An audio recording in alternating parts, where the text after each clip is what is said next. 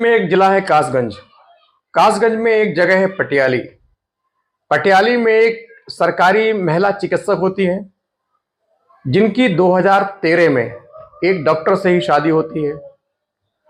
शादी के बाद सब कुछ ठीक ठाक चलता है, लेकिन कुछ सालों के बाद जो महिला डॉक्टर हैं इनके बाहर कुछ लड़कों से नाजायज संबंध स्थापित होते हैं। इनका और लोगों से भी इश्क चलता है, प्रेम में ये फंस जाती हैं।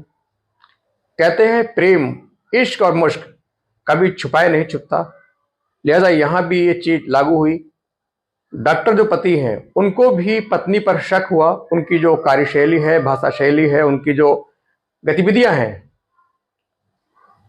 जो चोरी नजरें हैं, उन पर डॉक्टर को शक हुआ। उन्होंने सख्ती करना शुरू किया और धीरे धीरे जो दोनों पति पत्नी हैं इनके बीच जो रिश्ते हैं उनकी तलखियां शुरू होती हैं। दोनों के बीच जो संबंध है अब उनमें खटास आनी शुरू हो जाती है। डॉक्टर साहिबा हैं, वो डॉक्टर जो उनके पतिदेव होते हैं उनकी कोई बात मानने को तैयार न थी। उनके बाहर, जैसा डॉक्टर ने आरोप लगाया, उनके बाहर कई लड़कों से संबंध थे। धीरे धीरे उनके जो संबंध है लगातार बिगड़ते जाते हैं, संबंधों में तलखियां बढ़ती जाती हैं, दरार पड़ जाती है। अब सन आती है 2022 में जो पत्नी है, पति से इनके रिश्ते इतने तल्ख हो जाते हैं, इतने खराब हो जाते हैं कि ये पति से अलग रहने लगती हैं।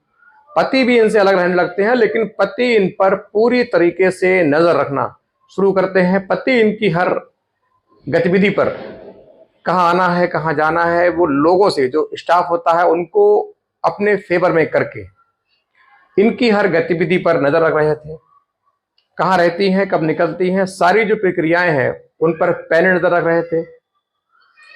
अभी 3 दिन पहले इन्होंने होटल कासगंज में एक रूम रेंट पर लेकर रूम बुक कराती हैं और वहां अपने 2 बॉयफ्रेंड के साथ एक साथ पहुंचती हैं।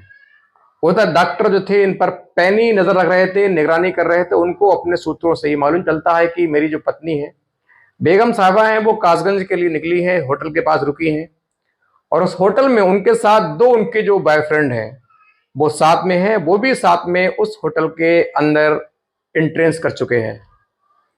फिर क्या था, डॉक्टर जो पति हैं फौरन अपने दोस्तों को लेकर, जो उनके परिवारीजन हैं यानी जो परिजन हैं, उनको साथ लेकर सीधे कासगंज के उसी होटल में पहुंचते हैं और पूरी घटना रिसेप्शन पर बताकर कि मैं उनका पति हूं, ये मेरा आधार कार्ड है, उसी हैसियत से, उस अथॉरिटी से ये गेट नॉक करवाते हैं।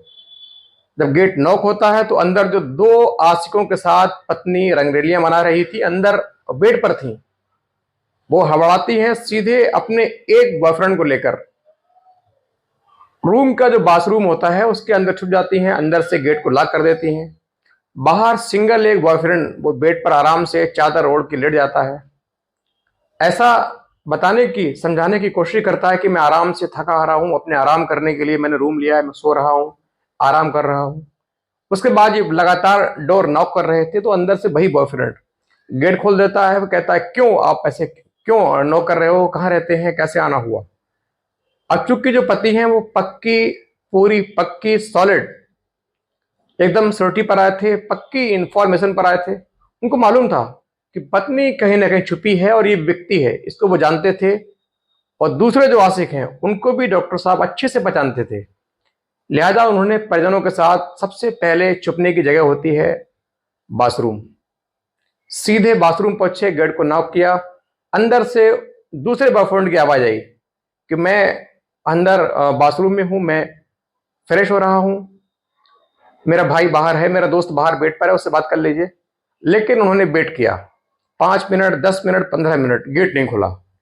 ये तमाम लोग जोर जोर से अब गेट को नॉक करने लगे, उस पर हाथ पैर मारने लगे। तो मजबूरन उस आशिक ने गेट खोला तो उसकी जो माशूका है, दोनों की एक माशूका डॉक्टर साहिबा उस बाथरूम में अपने आशिक के पीछे मुंह पर हाथ छुपाकर खड़ी हो जाती हैं। बेहद आपत्तिजनक स्थिति में थी, शरीर पर नामात्र के कपड़े थे।